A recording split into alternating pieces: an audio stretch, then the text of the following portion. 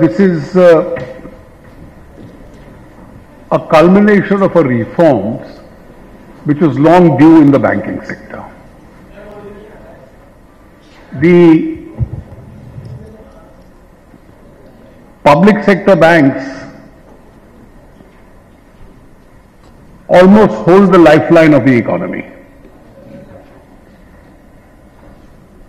Their ability to flow credit into the market, maintain liquidity, the growth of our economy depends on that. If that doesn't happen, the economy as a whole will shrink. And therefore, to keep them in good health was absolutely necessary.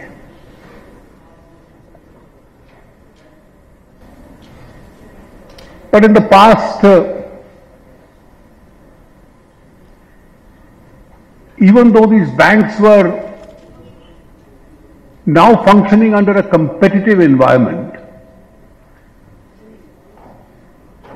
they were not a property like any other PSU belonging to the government.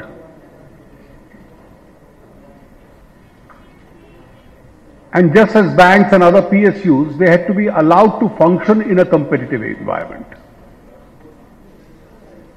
But obviously they can't compete if either professionalism is lacking or day-to-day interference with their processes is on, and the processes and systems are also not well defined.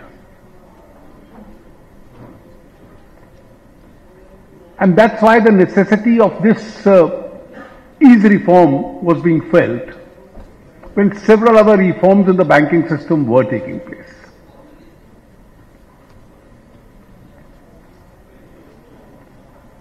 There are some reforms which are really born out of compulsion, and there are many others which are born out of conviction.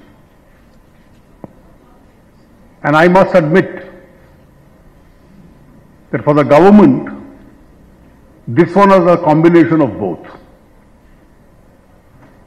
What interference in the banking system can do, now that the worst is behind us,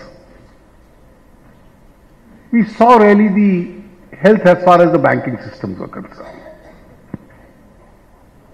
When any society evolves, and India is evolving upwards in terms of its economy, in terms of its size, in terms of its global presence, we are now at a threshold of creating a new history where we want from an emerging economy as a fast-growing economy to emerge into a developed society. And obviously, if we want to do that, it's imperative that we must also be an ethical society. I can say with a certain amount of conviction that in this evolution of India into a more ethical society, the last 5 years will go down in history as a turning point.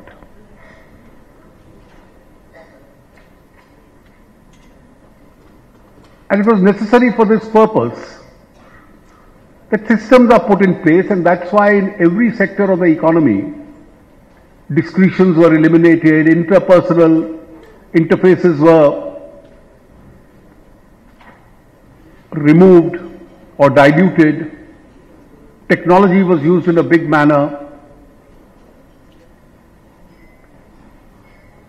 So more people then came forward with a desire to pay taxes. And of course, it had to be a combination of both carrot and stick. You had to bring those who thought they could live in violations in perpetuity into a particular kind of discipline. And I think the message has gone home loud and clear that people have to break away, and those dealing with the world of finance particularly have to break away from what was the normal and live with the new normal. And that's why in the banking sector, the whole idea that if you don't pay back, you can get away with it, then it's the banker's headache. And then when you get monies from the banks, you manufacture your own equity out of that money, round trip it, and base your investments on that basis. This can't be the new normal. And that's why you had to break away from the system. So as the Secretary DFS mentioned, the government's maintaining an arm's length distance and inducting the professionalism of a BBB into the top level appointments,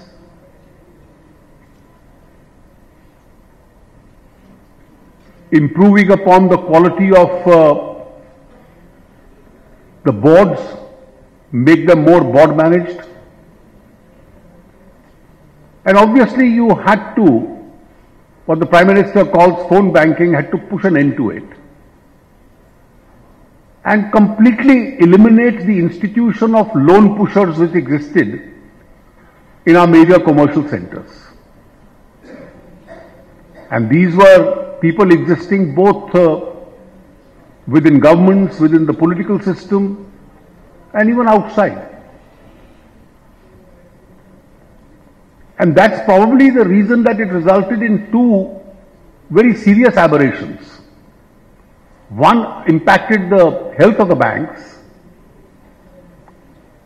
and the second was, once the investigative agencies went into the whole issue,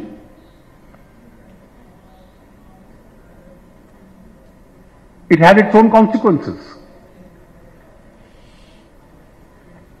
And therefore, I think the banking system also had to learn the lesson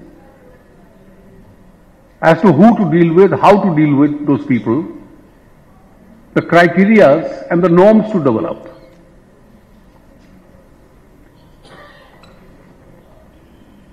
IBC, everybody concedes, has been a success story. I just heard a figure that it's brought back about 2,85,000 crores, close to 3 lakh crores back into the banking system. And all institutions have played a great role. The Parliament has to be complimented for passing it in a very quick time. The NCLT, the NCALT, despite the workload, have been trying to do their best. And the Supreme Court, realizing the importance of it contributing to the national economy, hasn't kept those cases pending for years and months. I have, at least in my earlier career as a lawyer, never seen in a new law such rapid laying down of law as has happened in the case of the IBC.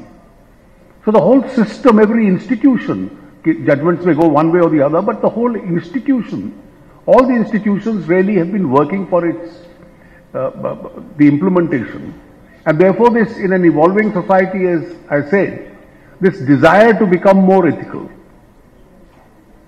And of course, the carrot part also worked, that you can't be a fugitive and get away with it. So you had a law dealing with them, their civil rights were stripped. The black money law made life very difficult, that it's no longer safe to keep assets outside the country. And now that more and more countries in 2019 are coming into the transparency and the disclosure norms, I think many sins of the past are going to be disclosed. And therefore, this is the earlier regime, if I may say, was a great earning experience. And for all of them, this one is a great learning experience. So each one of them will have to now adjust to this new normal. And that's the reason why the Department of DFS, we announced that we are going to have these easing norms, because easing norms bring a level of competitiveness into the and the gradings. So the functioning of how you are to function. And I must take this opportunity, not because Mr. Mehta is sitting on the stage. The bank which suffered both in terms of finance and transiently in terms of reputation because of a fraud practice on it, and in 9 months had to really put 14,000 crores, set aside them to take care of what may be the bad assets, rapidly transformed itself into a revolving institution, and after a period of 9 months was able to, in the last quarter, declare a profit, if I am right. And then emerge as the best reforming bank, because when I was handing over those prize trophies, if I may call them, they had lesser executives on the dais than the number of awards they got. So this is the quality, this is what the competitiveness adds to the system. Then everybody is being judged on the same norm. And I'm glad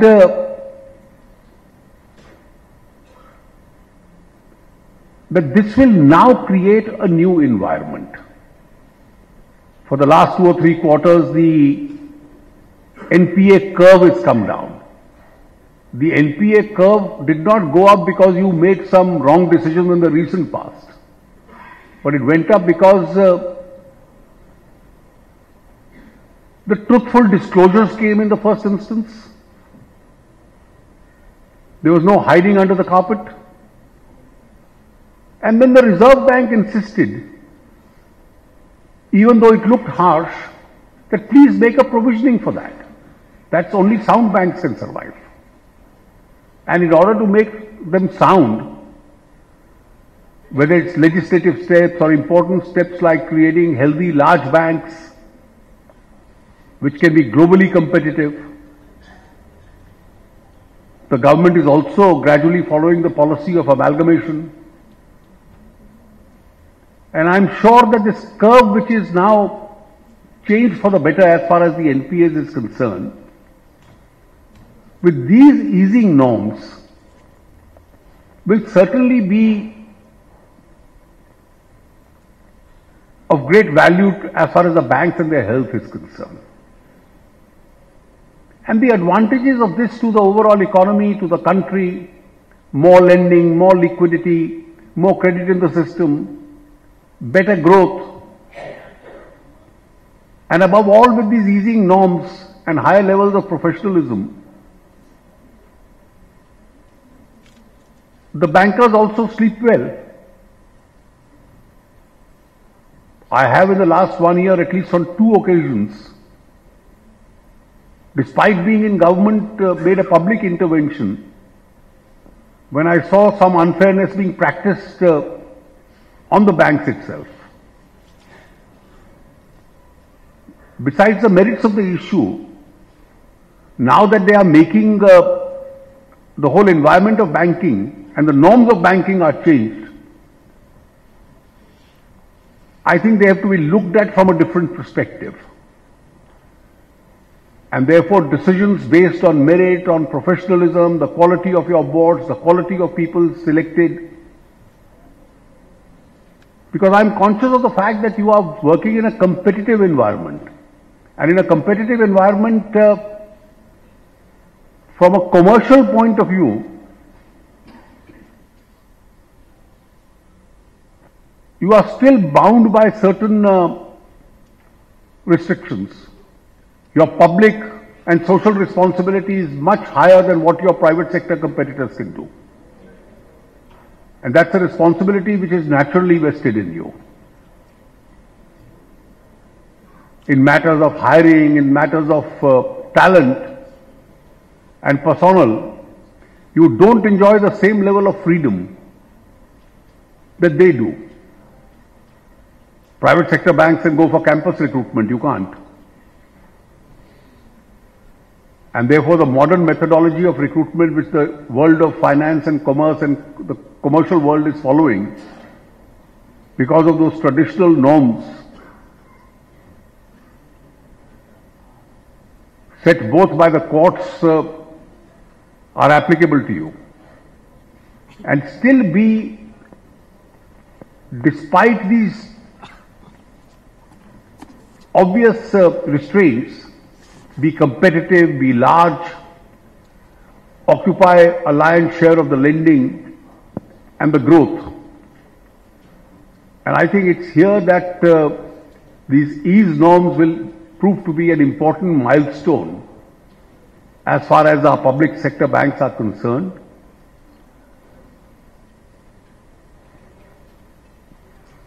Please consider yourself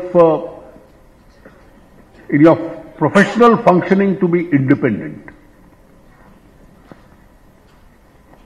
I think this is a discipline which both governments and the banks have to now accept. In his very first interaction with you in January 2015, the Prime Minister had said that you won't get any pressures as far as your functional independence is concerned with regard to your commercial decisions from the government. The government has lived up to its words, and I think in this changed environment, I am quite sure I can see the difference in the functioning. And one last point I wish to make, the final test of this is, when people ask me, what do you attribute one of the successes of the IBC to be?